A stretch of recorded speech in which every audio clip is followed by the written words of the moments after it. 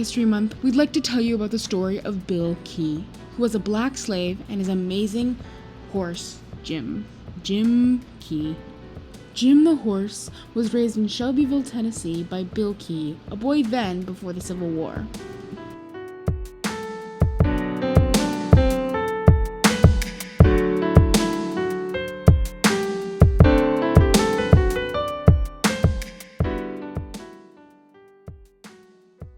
There's one more character in the story that I'd like to introduce you, which is John Key. John Key was the white man who owned Bill as a slave before the Civil War.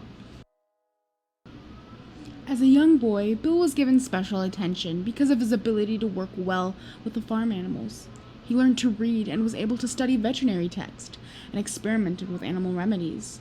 John noticed Bill's talent, especially with horses, so he made him the leader of his plantation.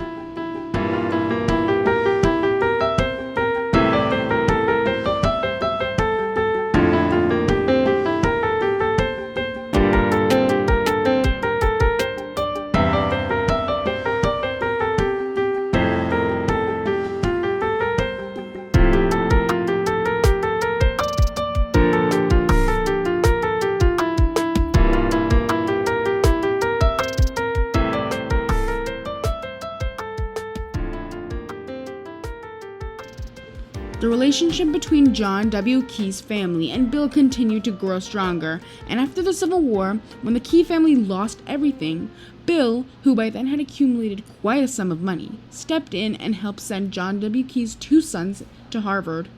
These are the two same young boys that Bill had followed into the Civil War, fighting to protect them both from harm. Bill then became a famous and successful veterinarian and equidentist. Known as Bill, he also practiced dentistry and other healing arts for slaves.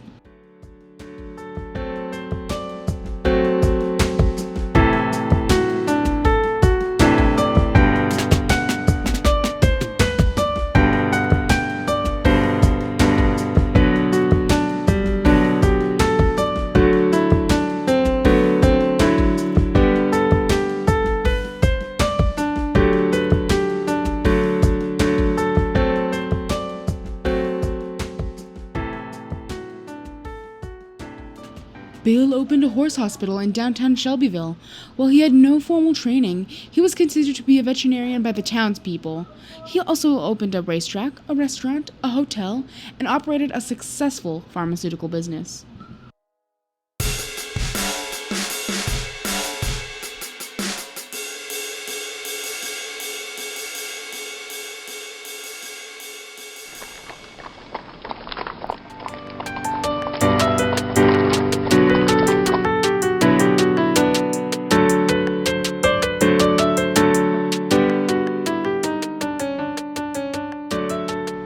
In 1885, Bill decided to breed an unbeatable racehorse. He went on to auction and bought Loretta, an Egyptian horse from the famous lineage. Loretta was mistreated in circuses and was almost worth nothing due to her condition, but Bill saw the intelligence in her eyes and bought her for $40.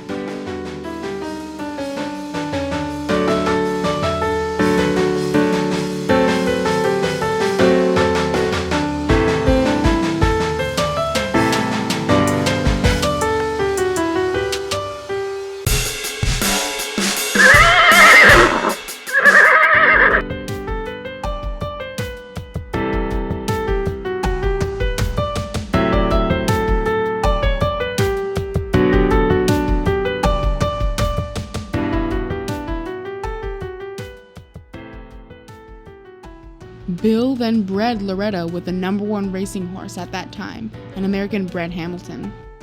When Jim Key was born, he looked silly and could barely stand upright, but Bill kept Jim, for he knew there was something beyond that goofy persona.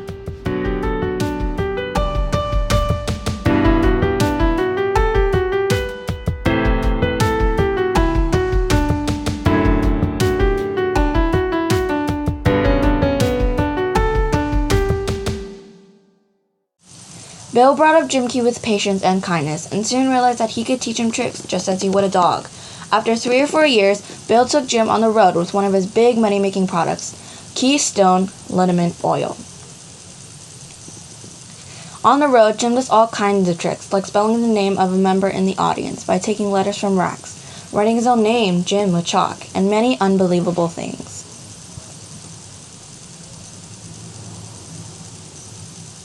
Bill soon started performing in circuses and met a New York circus guy named Albert Rogers. Albert offered to buy Jim for $20,000, but Bill declined. Albert then offered Bill to work together on an act that would bring in a lot of money, and Bill then agreed. Soon, Jim became even more famous with acts like telling the time, counting up to 20, and playing a few notes on the organ.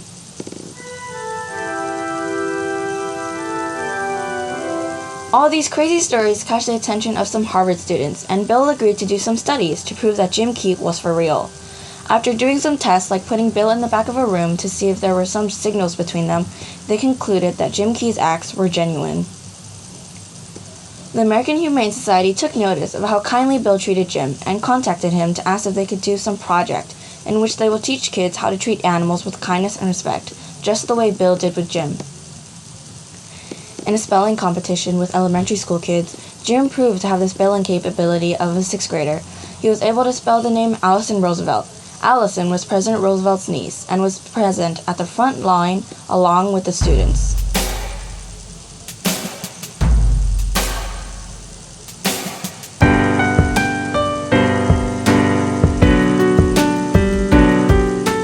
Jim became national news and was bigger than any actor or actress at the time. In a fair at St. Louis, Jim would attract over 20,000 visitors at night. He was the biggest attraction. A song was written about him called Beautiful Jim Key, two-step, composed and published by Giorgio Minoliti. There was also a play that was written about him, and in which he had a role.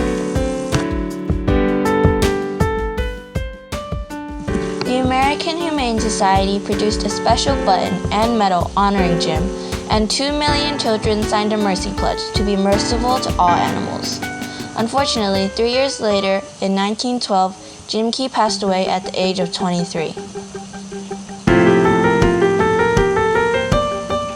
In honor of Bill Key and his beautiful horse, Jim Key, remember to be kind to all animals, always.